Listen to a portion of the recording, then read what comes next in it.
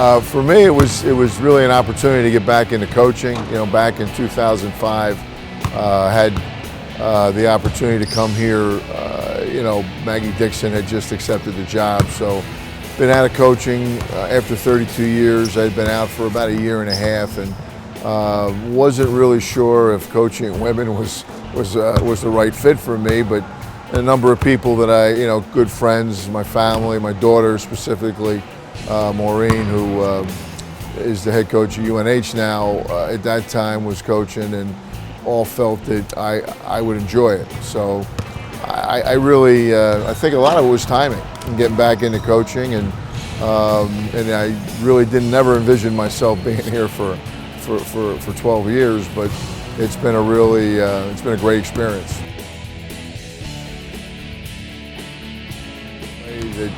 I just think at the end of the day, these young ladies are so special.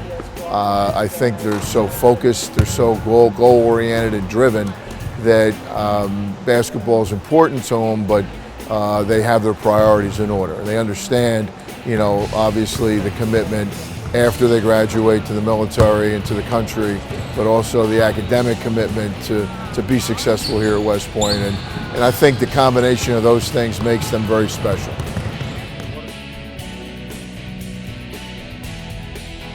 Well, I think that it's hard. The recruiting process here at the Academy is so hard, as it is in Navy and Air Force as well. But here it's different because I just feel you have to find somebody that you really believe, and none of us have a crystal ball. And you know, recruiting is not an exact science, but you want to find a young lady that really feels she can handle the commitment and juggle, you know, the pillars that are necessary to be successful here: the academic, the military, and certainly being a core squad Division I athlete.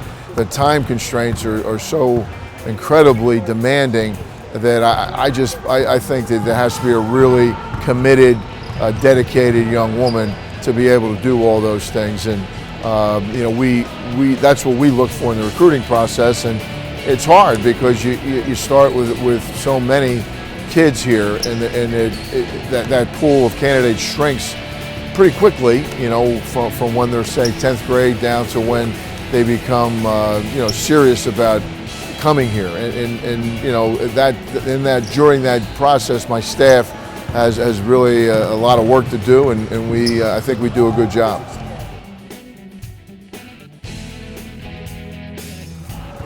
Probably having the opportunity to coach with my daughter for 4 years when I took over after the tragic death of Maggie Dixon.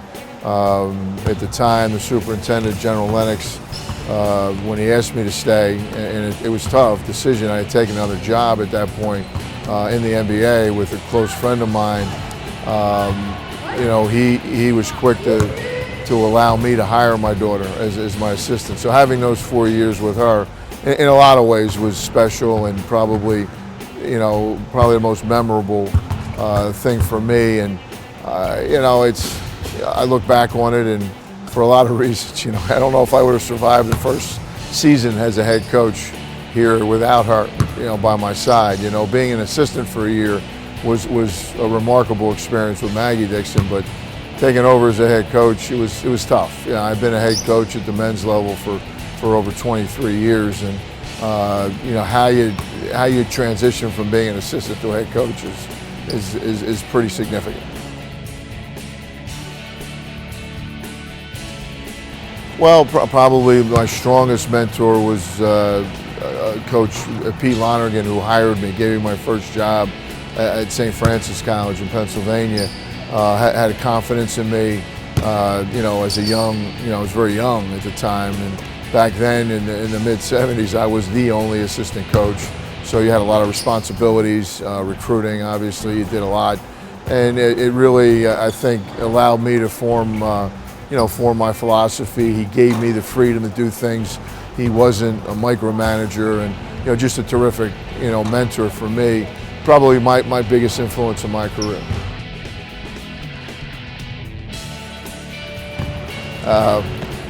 My favorite drill is a drill that we don't do a lot because it's it's pretty demanding.